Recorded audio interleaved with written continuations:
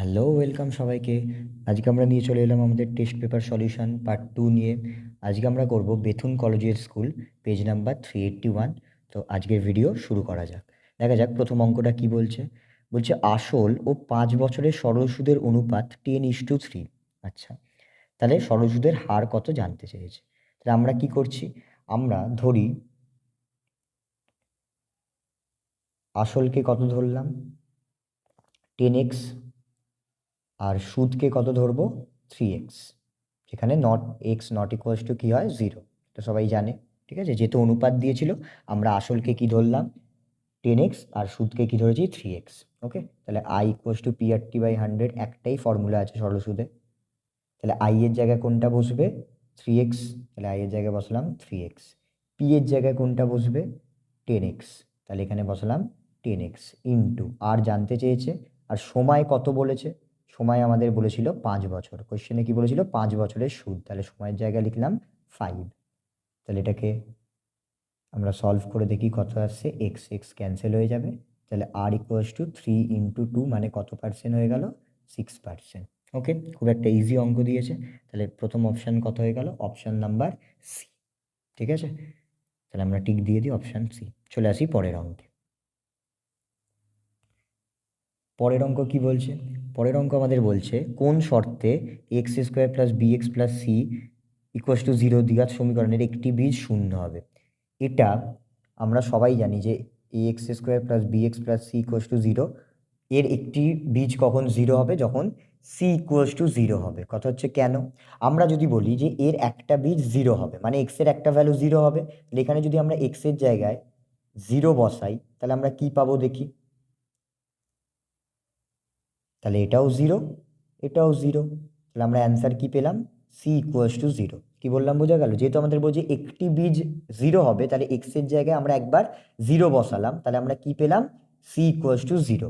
এইভাবে প্রমাণ করা যায়। আরেকভাবে বোঝা যায় কি, যে ax² + bx + c = 0। যদি c 0 হয়ে যায় তাহলে সিটার ভ্যালু আর এখানে কিছু থাকবে না, তাহলে সিটা ক্যান্সেল হয়ে বাদ হয়ে যায়। তাহলে এখান থেকে আমরা কি কমন নিতে পারি, এক্স কমন নিতে পারি। কি থাকবে ax + b, তাহলে এক্স এর একটা ভ্যালু কি পেয়ে যাব আমরা 0, এক্স এর একটা ভ্যালু কি পেয়ে যাব 0, এটার তো ভ্যালু 0 যা হবে দেখে নেব। তাহলে যখনই আমাদের বলবে একটি বীজ শূন্য, একটি বীজ শূন্য, তার শর্ত কি সি কে অতি অবশ্যই কি হতে হবে 0 হতে হবে। তাহলে অপশান নাম্বার কততে আছে, অপশান নাম্বার সিতে আছে। ঠিক আছে, তাহলে অপশান সি। চলে আসি পরের অঙ্কে। পরের অঙ্ক আমাদের বলছে tan θ × tan 2θ = 1 হলে tan sin² θ, এক মিনিট, sin² 2θ + tan² 2θ এর মান কত। ওকে, আমাদের বলছে tan θ × tan 2θ, তাহলে আমরা লিখি =1। এবার আমরা কি করব, আমরা যে কোনো একটাকে ওদিকে নিয়ে যাব। ঠিক আছে, আমি tan θ কে এদিকে রাখলাম, 1/tan 2θ, যেহেতু এখানে গুণ আছে মাল্টিপ্লাই আছে, ওদিকে গেলে ভাগ ভাগ হয়ে গেল। তাহলে tan θ যেমন লেখা আছে লিখলাম। আমরা কি জানি 1/tan মানে কি, 1/tan θ মানে কি cot θ, তাহলে এখানে হয়ে গেল cot 2θ, কারণ এখানে 2θ আছে, তাহলে এখানে আমরা কি লিখলাম 2θ। নেক্সট লাইনে আমরা tan কে যদি কটে ভেঙে দিই তাহলে লিখলাম cot 90 - θ, আর এদিকে cot 2θ যেমন লেখা আছে লিখলাম। তাহলে cot cot ক্যান্সেল হয়ে গেল, মাইনাস থিটাকে ওদিকে নিয়ে চলে যাই, তাহলে 90° = 2θ + θ। তাহলে 3θ = কি হয়ে গেল 90, তাহলে থিটার ভ্যালু আমরা কত পেলাম 90/3, দ্যাট ইজ 30। কি বললাম বোঝা গেল, থিটার ভ্যালু কত পেলাম 30। তাহলে প্রথমেই যখন এরকম দুখানা থিটা আমাদের গুণ দিয়ে থাকবে আমরা একটাকে ওদিকে নিয়ে যাব। এবার আমাদের যার ভ্যালু বার করতে বলেছে আমরা দেখি, আমাদের বলেছে sin² 2θ প্লাস tan² 2θ। ওকে, আচ্ছা এখানে আমি 2θ মানটা আগে বার করে নিই। যদি θ 30 হয় তাহলে এক মিনিট, যদি θ 30 হয় তাহলে 2θ ভ্যালু কত বেরোবে 2 × 30 মানে 60°। তাহলে 2θ ভ্যালু আমরা কত পেয়ে গেলাম 60 পেয়ে গেলাম। এই মানটা এখানে আমরা পুট করে দেবো। তাহলে sin² 60 প্লাস tan² 60°। তাহলে sin60 মান কত, √3/2 তার হোল স্কোয়ার, tan60 মান কত, √3 তার হোল স্কোয়ার। তাহলে অ্যান্সার কি পেলাম, 3/4 + 3। এটাকে সলভ করলে কি হবে, 3 পূর্ণ 3/4। ওকে, এটাকে আমি শর্টকাটে সলভ করে দিলাম, 3 পূর্ণ 3/4। তাহলে দেখে নিই অপশান কততে আছে, অপশান হচ্ছে বি। তাহলে অপশান কত পেলাম আমরা, অপশান বি। চলে আসি পরের অঙ্কে। পরের অঙ্ক একটা জ্যামিতি থেকে কোশ্চেন দিয়েছে, বলছে ও কেন্দ্রীয় বৃত্তে PQ একটি ব্যাস এবং পরিধির ওপর পরিধির ওপর আর একটি বিন্দু। আচ্ছা, তাহলে আমরা একটু এঁকে নিই। তাহলে আমরা একটা বৃত্ত আঁকলাম, এর কেন্দ্র এটা, PQ বলেছে ব্যাস, তাহলে আমরা ব্যাস এঁকে নিলাম। PQ হচ্ছে ব্যাস, আর পরিধির ওপর, এটা পরিধি, আমরা একটা বিন্দু নিলাম, আর নিলাম। ঠিক আছে, আমাদের অ্যাঙ্গেল কি বলছে, অ্যাঙ্গেল বলেছে RPQ এর মান কত, PR = RQ বলেছে। তাহলে PR আর RQ, তাহলে আমরা আগে এখানে এটাকে যুক্ত করলাম, এখানে এটাকে যুক্ত করলাম। আমাদের কি বলেছে, PR আর RQ সেম। ওকে, তাহলে আমাদের বলেছে RPQ এর মান কত, এই অ্যাঙ্গেলটার মান কত বার করতে বলেছে। ওকে, আমরা কি জানি যে এই কোণটা অ্যাঙ্গেল PRQ, এটা কি কোণ, অর্ধবৃত্তস্থ কোণ, হ্যাঁ কি না, এটা কি কোণ, অর্ধবৃত্তস্থ কোণ, কারণ এটা অর্ধবৃত্তের মধ্যে আছে। তাহলে অর্ধবৃত্তস্থ কোণ যেহেতু এটা, তাহলে এর মান কত হবে, এর মান হয়ে যায় 90 ডিগ্রি। আমরা জানি যে অর্ধবৃত্তস্থ কোণের মান কত হয়ে যায়, 90 ডিগ্রি। তাহলে ত্রিভুজ PRQ থেকে আমরা কি পাবো, angle RPQ plus angle RQP plus angle PRQ = 180 হয়, কারণ ত্রিভুজের তিনটে কোণকে যোগ করলে 180 পাবো। যেহেতু, ভালো করে একটা জিনিস দেখি, যেহেতু PR = PQ, এটা আমার PR = RQ আমাদেরকে কোশ্চেনে বলেছিল, তাহলে আমরা কি জানি যে সমান বাহু, যদি দুখানা বাহু সমান হয় তাদের বিপরীত কোণগুলো সমান হয়। তাহলে PR এর বিপরীত কোণ কোনটা, Q। তাহলে PR বাহুর বিপরীত কোণ কোনটা, PQR। আর RQ এই বাহুটার ভালো করে দেখি আঁকাটা, এটা আমি একটু ভেঙে করাচ্ছি, ডিটেলসে বলছি যাতে সবাই বুঝতে পারে, কারণ জ্যামিতিতে অনেকের প্রবলেম থাকে। এই বাহুটার বিপরীত কোণ কোনটা হবে, এই কোণটা। তাহলে এই কোণটার নাম কি, এই কোণটার নাম হচ্ছে RPQ। তাহলে এই দুটো কোণ কি হয়ে গেল, সমান হয়ে গেল। তাহলে আমরা নিচে RPQ কে RPQ রাখলাম, প্লাস এই যে PQR লেখা আছে, এই যে PQR লেখা আছে, এই যে PQR মানে RQP একই। তাহলে এর জায়গায় আমরা কি লিখে দিতে পারি, RPQ লিখতে পারি, এর জায়গায় আমরা কি লিখতে পারি, RPQ লিখতে পারি। ঠিক আছে, আবার বলছি যে PQR আর RQP কিন্তু সেম অ্যাঙ্গেল। ঠিক আছে, আর এই যে PRQ এর ভ্যালু কত বেরিয়েছিল, 90 ডিগ্রি, তাহলে এখানে আমরা লিখলাম 90 ডিগ্রি। নেক্সট স্টেপ আমাদের কি, এই দুটোকে আমরা অ্যাড করে দিই, তাহলে পেয়ে যাব 2 অ্যাঙ্গেল RPQ = 180 - 90। তাহলে অ্যাঙ্গেল RPQ = কত হয়ে যাবে, 90/2 45 ডিগ্রি। ওকে, তাহলে এর ভ্যালু কত পেয়ে গেলাম, 45। দেখে নি কোন অপশানে আছে, অপশান বি। ঠিক আছে, এবার অনেকে বলবে যে 1 নাম্বারের জন্য কি এত লেন্দি আমরা করব, আমার কথা হচ্ছে 1 নাম্বারের জন্য আমরা এত লেন্দি করব না। আমরা তখন কি করব একটু দেখে নি ভালো করে। আমরা তখন 1 নাম্বারের জন্য, এটা তো আমি বুঝিয়ে দিলাম, এবার যে যদি বলে ডিরেক্ট উত্তর কি করে পাবো, সে কি করবে, সে প্রথমে আঁকাটা আঁকলো, আঁকাটা যতখানি আঁকতে হলো সে একবার এঁকে নিল। ঠিক আছে, আঁকার পর সে অর্ধবৃত্তস্থ কোণটা পেয়ে গেল, যে PRQ কি, অর্ধবৃত্তস্থ কোণ। ঠিক আছে, তাহলে এটা যদি 90 হয়, তাহলে এটা কি ত্রিভুজ, সমকোণী ত্রিভুজ আমরা জানি। এবং সমকোণী ত্রিভুজের দুটো বাহু যদি সমান হয়, তাকে আমরা কি বলি, সমকোণী সমদ্বিবাহু ত্রিভুজ, হ্যাঁ কি না। সমকোণী ত্রিভুজের যদি দুটো বাহু সেম হয়, মানে লম্ব আর ভূমি সেম হয়, তাহলে তাকে বলা হয় সমকোণী সমদ্বিবাহু ত্রিভুজ। সমকোণী সমদ্বিবাহু ত্রিভুজের কোণগুলোর পরিমাপ কি হয়, 45 45 আর 90। তাহলে যদি এটা 90 হয়, তাহলে এটা কত হবে, 45 হবে, এটাও কত হবে, 45 হবে। তাহলে কেউ অ্যান্সার ডিরেক্টলিও লিখে দিতে পারো। ঠিক আছে, চলে আসি পরের অঙ্কে। দেখা যাক পরের অঙ্ক আমাদের কি বলছে। বলছে একটি লম্ববৃত্তাকার শঙ্কুর ব্যাসার্ধের দৈর্ঘ্য একই রেখে উচ্চতা দ্বিগুণ করা হলে শঙ্কুর আয়তন কি বৃদ্ধি পাবে? আচ্ছা, আমরা ব্যাসার্ধকে আর ধরে নিলাম আর উচ্চতাকে এইচ ধরলাম, ঠিক আছে? তাহলে আয়তন কত হবে? প্রথমে আয়তন, এটা আমরা লিখলাম প্রথম আয়তন বলে বোঝানোর জন্য 1/3 পাই আর স্কোয়ার এইচ, এটাকে আমরা কি লিখতে পারি? পাই আর স্কোয়ার এইচ বাই 3, ঠিক আছে? এবার যদি আমরা উচ্চতাকে দ্বিগুণ করি, উচ্চতা দ্বিগুণ করলে আয়তন হবে, দেখি আয়তন কত হবে?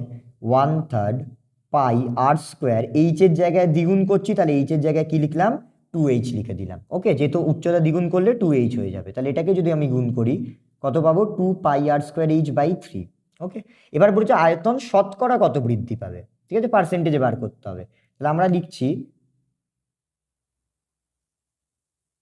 শতকরা লিখতেও পারি বা এমনিও লিখতে পারি, আয়তন বৃদ্ধি পাবে, পার্সেন্টেজ সাইন দিয়ে দেবো।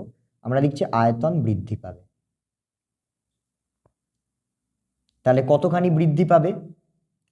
এখন যেটা হয়েছে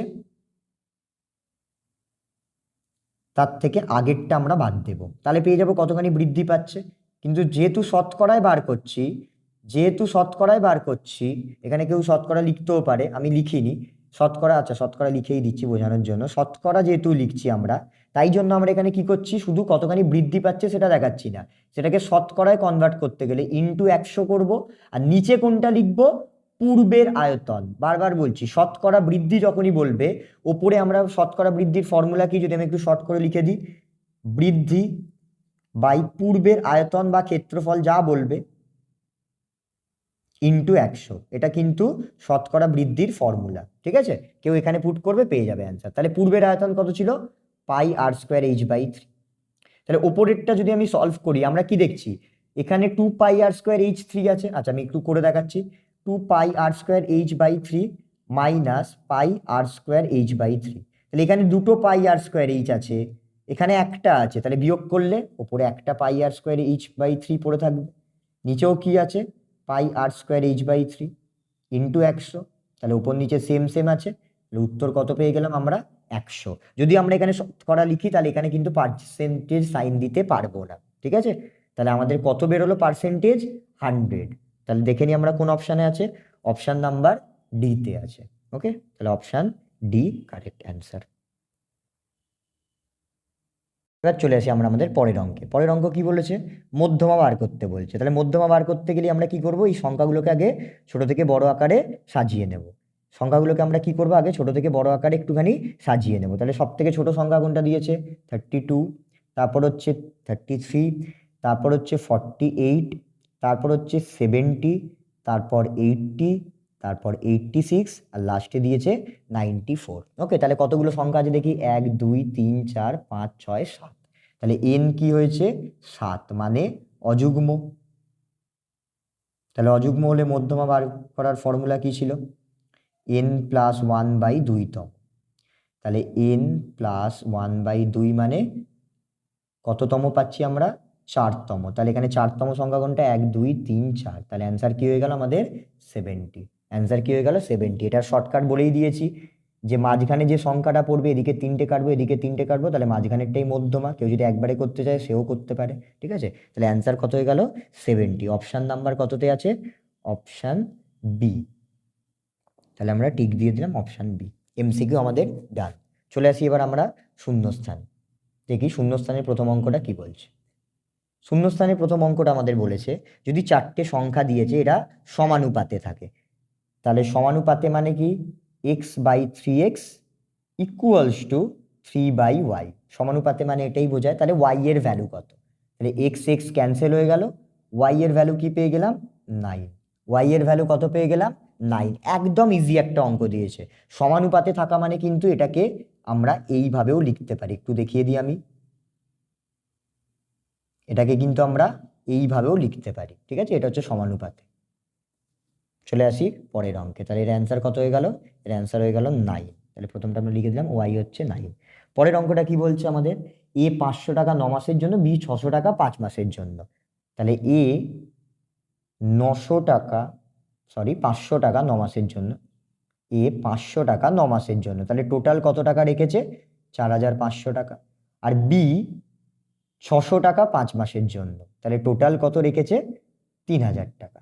তাহলে এদের লভ্যাংশের অনুপাত কি হবে? আমরা A/B করে দেবো, 4500/3000। তাহলে প্রথমে দুখানা 0 কেটে দিলাম, দেন 5 দিয়ে কাটলাম। কেউ চাইলে 15 দিয়ে একবারও কাটতে পারে, ঠিক আছে? আমি সবার জন্য একটু ছোট ছোট করে কাটালাম। তাহলে অ্যান্সার কত হয়ে গেল? 3:2। তাহলে অ্যান্সার কত পেয়ে গেলাম আমরা? 3:2। তাহলে এখানে লিখে দিলাম 3:2। চলে আসি পরের অঙ্কে। পরের অঙ্ক আমাদের কি বলছে? এই অঙ্কটা অনেকবার এবিটিএতে রিপিট করেছে, আমি সকালেও করিয়েছি এই অঙ্কটা, যে ও কেন্দ্রীয় বৃত্তে, আমি আরেকবার বলে দিচ্ছি, ও কেন্দ্রীয় বৃত্তে এবি আর সিডি সমান দৈর্ঘ্যের দুটি জ্যা। তাহলে এবি আর সিডির দৈর্ঘ্য কি? সমান। এবি আর সিডির দৈর্ঘ্য হচ্ছে সমান। তাহলে এ ও বি কত বলেছে আমাদের? 60 ডিগ্রি হলে সিওডি কত? এই কোশ্চেনটা করার সব থেকে সোজা নিয়ম কি আমি বলে দিয়েছি, দুটি সমান দৈর্ঘ্যের জ্যা কেন্দ্রে সমান কোণ উৎপন্ন করে। কেন্দ্রে কি করে? সমান কোণ উৎপন্ন করে। তার মানে এটা যদি 60 হয়, এই এও কেন্দ্রে কত ডিগ্রি কোণ উৎপন্ন করবে? 60 ডিগ্রি। তাহলে অ্যাঙ্গেল সিওডি কত হয়ে যাবে? 60 হয়ে যাবে। ঠিক আছে, লিখে দিলাম অ্যাঙ্গেল সিওডির মান কত? 60 ডিগ্রি। চলে আসি নেক্সট অঙ্কে। পরের অঙ্কটা দেখা যাক কি বলেছে। পরের অঙ্কটা বলেছে 4/6² theta plus 1/1 plus cot square theta plus 3 sign square theta. এই অঙ্কটাও এবিটিএতে অনেকবার রিপিট হয়েছে, দেখে নি কি করব। আচ্ছা, সেককে যদি আমরা ওপরে নিয়ে যেতে চাই তাহলে সেক উল্টে যাবে। সেককে যদি আমরা নিচ থেকে ওপরে নিয়ে যেতে চাই তাহলে উল্টালে উল্টে যাবে, ওপরে চলে যাবে। তাহলে সেককে উল্টালে কি হয়ে যাবে? কস হয়ে যায়। সেককে উল্টো করলে কি পাবো? কস পেয়ে যাব। পরেরটা, এই যে 1 প্লাস কট স্কোয়ার থিটা, এটা একজনের ফর্মুলায় আছে। কার formula? Cosec square theta. Sine square theta যেমন লেখা আছে লিখে দিলাম। পরের স্টেপে 4 কস স্কোয়ার থিটা যেমন লেখা আছে লিখলাম, প্লাস এবার কোসেককে যদি ওপরে নিয়ে যেতে হয় তাহলে কোসেক কিসে চেঞ্জ হয়ে যাবে? সাইনে চেঞ্জ হয়ে যাবে। ওকে, তাহলে লিখলাম সাইন স্কোয়ার থিটা। তাহলে 4 কস স্কোয়ার থিটা যেমন লেখা আছে লিখলাম, এটাকে যোগ করলে কত হয়ে যাবে? 4 সাইন স্কোয়ার থিটা হয়ে যাবে। তাহলে 4 যদি কমন নিই কি পাবো আমরা? Cos square theta plus sine square theta. তাহলে cos square theta plus sine square থিটার মান কত? 1। তাহলে এর অ্যান্সার কত হয়ে যাবে? 4। অ্যান্সার কত পেয়ে গেলাম আমরা? 4।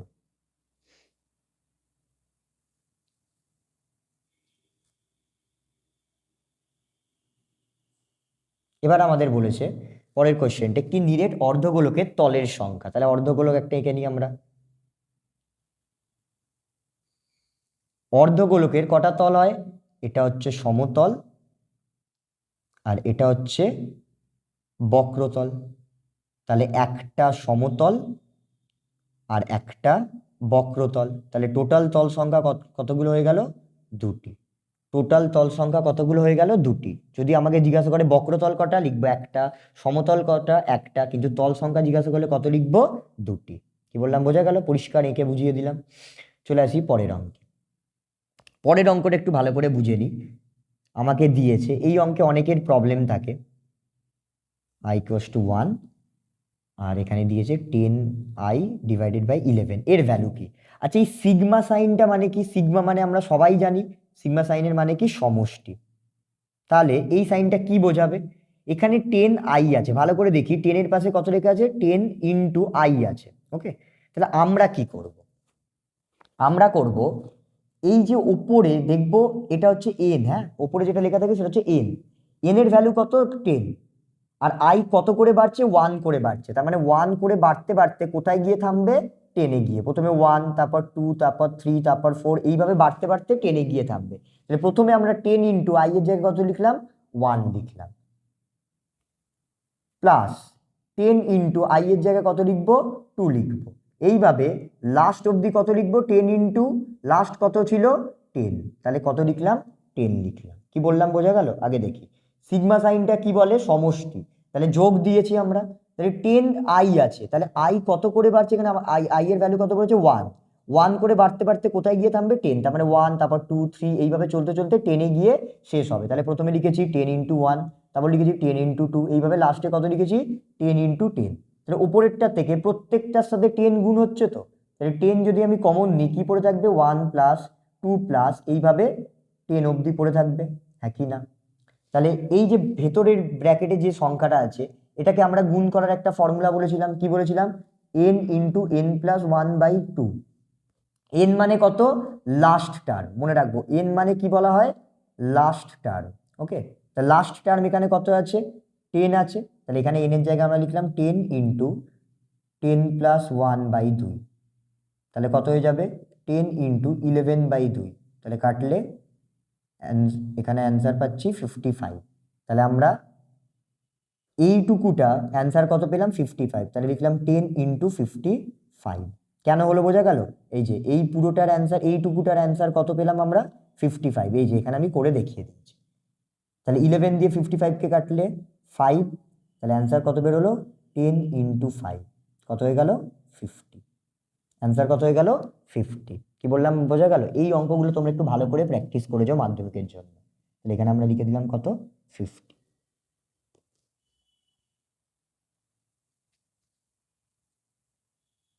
চলে আসি পরের অঙ্কে। দেখি পরের অঙ্ক কি বলছে।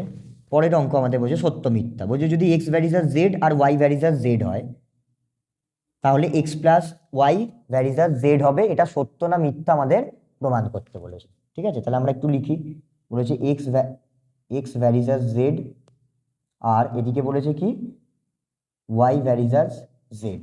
ঠিক আছে, হলে x + y ভ্যারিজ আস জেড হবে কিনা দেখাতে বলেছে। তাহলে এখান থেকে আমরা কি পাচ্ছি x = k1z, এখান থেকে আমরা কি পাচ্ছি y = k2z।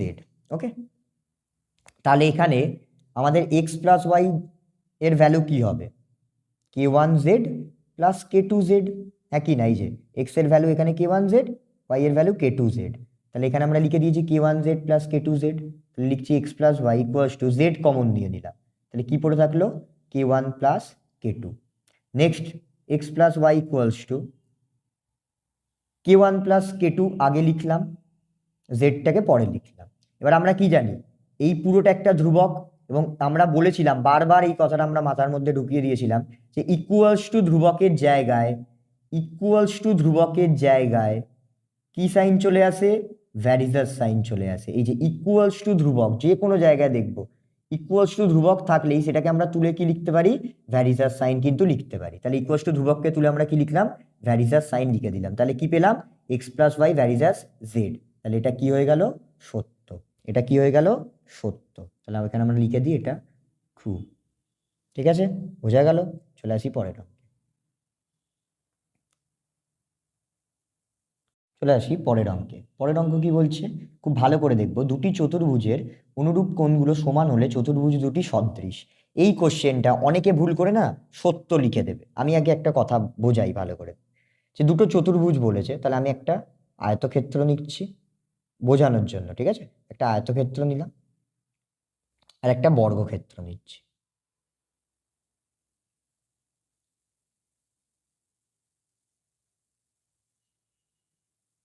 ঠিক আছে, জাস্ট বোঝানোর জন্য নিলাম একটা আয়তক্ষেত্র একটা বর্গক্ষেত্র।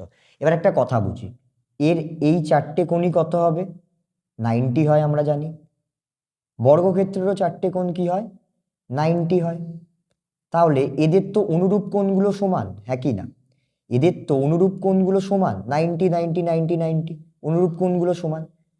তাহলে কি এরা দুজন সদৃশ হবে? সদৃশ হতে গেলে কি সেম হতে হয়, আকৃতিকে সমান হতেই হবে। এদের কি আকৃতি সমান? এদের কি আকৃতি সমান? আকৃতি মানে একটা হচ্ছে আয়তাকৃতি আর একটা হচ্ছে বর্গাকৃতি, এটা কি সমান? কথা হচ্ছে না। তাহলে এরা দুজনে কিন্তু কি নয়, সদৃশ নয়। এছাড়াও আর কিভাবে প্রমাণ করা যায়? হ্যাঁ যায়, আমি ধরলাম সাপোজ এর চারটে বাহুই 4 সেমি, কারণ বর্গক্ষেত্রে চারটে বাহুই সমান হয়, এর চারটে বাহুই 4 সেমি। আমি ধরলাম এটা 10, তাহলে এটাও 10 হবে। আর আমি ধরলাম এটা 6, এটা 6, ঠিক আছে? তাহলে এদের বাহুগুলো, অনুরূপ বাহুগুলোর অনুপাত কি সেম হবে? এদের যদি আমি বাহুগুলো সমানুপাতি কিনা দেখাতে চাই, তাহলে অনুরূপ বাহুগুলো 6-এর সাথে 4, তাহলে 6/4 করলে কত হবে? 3/2। আর 10/4 করলে কত হবে?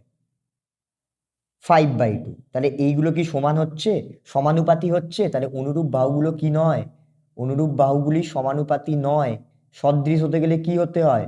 অনুরূপ কোণগুলো এবং বাহুগুলোকে কি হতে হবে? অবশ্যই সমানুপাতি হতে হবে। তাহলে এটা কিন্তু সমানুপাতি হচ্ছে না, তাই জন্য এটা কি হবে? মিথ্যা। অনেকে ভুল করে এই কোশ্চেনটা সত্য করে দেবে, কিন্তু এই কোশ্চেনটা একটু ভালো করে কিন্তু তোমরা সবাই পড়ে তারপর করো, এক্সাম্পল বুঝে তারপর করো। কি বললাম বোঝা গেল? অনুরূপ বাহুগুলো কি হবে না? সমানুপাতি হবে না। কেন হবে না? এই যে তার লজিক এটা। ঠিক আছে, চলে আসি পরের অঙ্কে। পরের অঙ্ক আমাদের দিয়েছে একটি লম্ববৃত্তাকার শঙ্কুর উচ্চতা, ব্যাসার্ধ, তির্যক উচ্চতা সর্বদা একটি সমকোণী ত্রিভুজের বাহুত্রয়। এটা আমি অনেক কটা পেজে পেয়েছি। ঠিক আছে, তোমরা সবাই এই অঙ্কটা আমি বলবো একটু এঁকেও দেখিয়ে দিও, তাহলে সব থেকে ভালো হয়। ঠিক আছে, আমরা একটা শঙ্কু এঁকে নিই।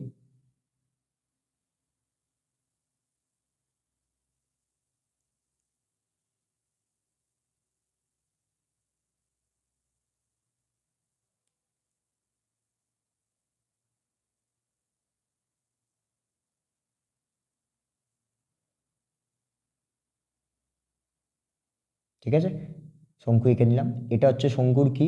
ভূমি। আচ্ছা, তাহলে এটা হচ্ছে শঙ্কুর ব্যাসার্ধ, ভূমির ব্যাসার্ধ। এটা কি? শঙ্কুর উচ্চতা। আর এটা কি? তির্যক উচ্চতা।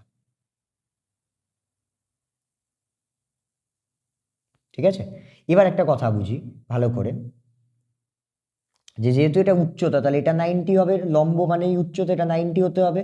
90 মানেই তার অপোজিট বাহুটা কি হয় বলেছিলাম? সমকোণী ত্রিভুজ। এটা একটা পেয়েছি, তাহলে তার অপোজিট বাহুটা অতিভুজ। আর এইটাকে আমরা কি নিচ্ছি? এটাকে আমরা নিচ্ছি ভূমি। এটা ভূমি বা লম্ব হতে পারে, আমরা এটাকে নিচ্ছি ভূমি। তাহলে এটা যদি ভূমি হয়ে যায়, তাহলে বাদ বাকি বাহুটা কি হতে হবে? এটা হচ্ছে লম্ব সমকোণী ত্রিভুজের। কি বললাম বোঝা গেল? তাহলে আমরা কি পেলাম? শঙ্কুর উচ্চতা সমকোণী ত্রিভুজের লম্ব, শঙ্কুর ব্যাসার্ধ সমকোণী ত্রিভুজের ভূমি, আর শঙ্কুর তির্যক উচ্চতা সমকোণী ত্রিভুজের অতিভুজ। হ্যাঁ কি না? তাহলে আমরা কি লিখতে পারি? যে শঙ্কুর উচ্চতা, ব্যাসার্ধ এবং তির্যক উচ্চতা সমকোণী ত্রিভুজের কি? বাহুত্রয়। অনেক সময় শূন্যস্থানেও কিন্তু এই কোশ্চেনটা দিয়ে দিতে পারে, তার জন্য এই ওয়ার্ডটা একটুখানি মনে রাখবো। হয়তো আমাকে শূন্যস্থানে দিয়ে বললো যে এইরকম কোশ্চেন করতে পারে, সমকোণী ত্রিভুজের উচ্চতা, ব্যাসার্ধ, তির্যক উচ্চতা সর্বদা একটি সমকোণী ত্রিভুজের ড্যাশ। তখন আমাদের কি লিখতে হবে? বাহুত্রয়। ওকে, আমি কিন্তু কোশ্চেনটা একটু ঘুরিয়ে বলে দিলাম, একটুখানি দেখে নিই। চলে আসি পরের অঙ্কে। পরের অঙ্ক কি দিয়েছে? ট্রিগোনোমেট্রি থেকে একটা সোজা অঙ্ক দিয়েছে। Sine 12 degree minus cos 78 degree এর মান কত? ও তাহলে আগেরটা সত্য কি মিথ্যা হবে সেটা বললাম না, আগেরটা হবে সত্য। ঠিক আছে, আর এটা হবে ফলস। আচ্ছা, তাহলে এটাকে আমরা কি করব? আমরা সাইনকে সাইন রাখলাম, কসকে চেঞ্জ করে দিই। তাহলে কসকে সাইনে চেঞ্জ করলে 90 মাইনাস থিটা হয়। তাহলে এদিকে হচ্ছে সাইন 12 মাইনাস সাইন, এটাকে মাইনাস করলেও কত হবে? 12 হবে। তাহলে সাইন 12 ক্যান্সেল হয়ে গেল, অ্যান্সার কত হবে? 0। ওরা কত বলেছে? 1। ঠিক আছে, আমাদের অ্যান্সার 0 বেরোচ্ছে, নট ইকুয়ালস টু 1। তাহলে এটা কি হয়ে যাবে? এটা হয়ে যাবে মিথ্যা। এটা কি হয়ে যাবে? মিথ্যা। ঠিক আছে, তাহলে এটা লিখে দিলাম আমরা মিথ্যা।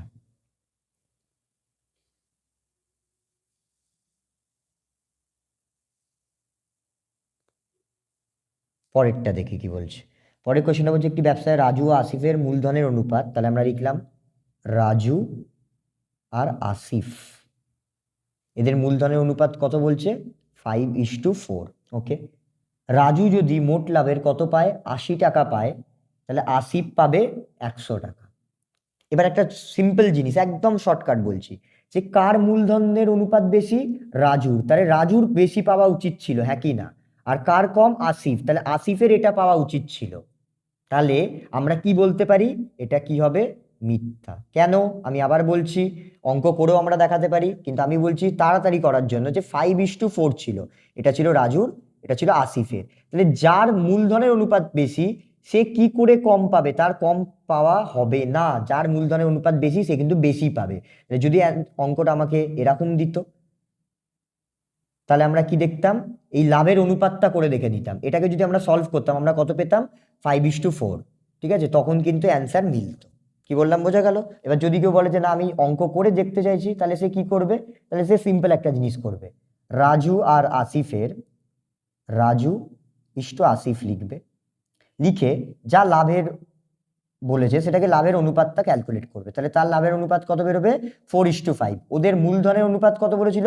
5:4। তাহলে মূলধনের অনুপাত ইকুয়ালস টু লাভের অনুপাত হলো না। তাই হলে কি লিখে দেবে তারা? এটাকে মিথ্যা লিখে দেবে। যে কোনোভাবে করা যায়, যেটা তোমরা নিজেরা বুঝবে সেইভাবেই করো। এমন নয় যে আমার প্রসেসেই করতে হবে। ওকে, যেটা তোমাদের সুবিধা হবে এবং যেটা তোমাদের সময় কম লাগবে সেই প্রসেস কিন্তু তোমরা সবাই পরীক্ষায় করো। লাস্ট অঙ্ক কি বলেছে? মধ্যমা বলেছে। কি কি সংখ্যা দিয়েছে আবার ছোট থেকে বড় সাজিয়ে নিই। 3, 5, 14, 18, 20 এর মধ্যমা। তাহলে কটা সংখ্যা আছে? 5টা সংখ্যা আছে। তাহলে n হচ্ছে 5 মানে অযুগ্ম। তাহলে মধ্যমা হচ্ছে n+1/2তম। তাহলে n হচ্ছে 5+1/2, তার মানে হচ্ছে 6/2তম, তার মানে 3তম। তাহলে 3তম সংখ্যা এখানে কোনটা আছে? 14। তাহলে অ্যান্সার কত বেরিয়ে গেল? 14। ঠিক আছে, এবং আমি আবার বলেছিলাম এদিক দিয়ে কেটেও আমি মধ্যমা বার করতে পারি, মাঝখানেরটাই মধ্যমা হবে। তাহলে ওরা আমাকে মধ্যমা কত দিয়েছে? 18। তাহলে এটা কি হয়ে যাবে? মিথ্যা হয়ে যাবে। এই কোশ্চেনটাও কি হয়ে গেল? মিথ্যা হয়ে গেল। তাহলে আগেরটা হয়ে গেল ফলস, এটাও হয়ে গেল কি? ফলস। কি বললাম বোঝা গেল? পরের দিন আমরা করব এর পরের পেজ। তোমরা এইভাবেই ভালো করে কোশ্চেনগুলো দেখো এবং প্র্যাকটিস করো। ওকে।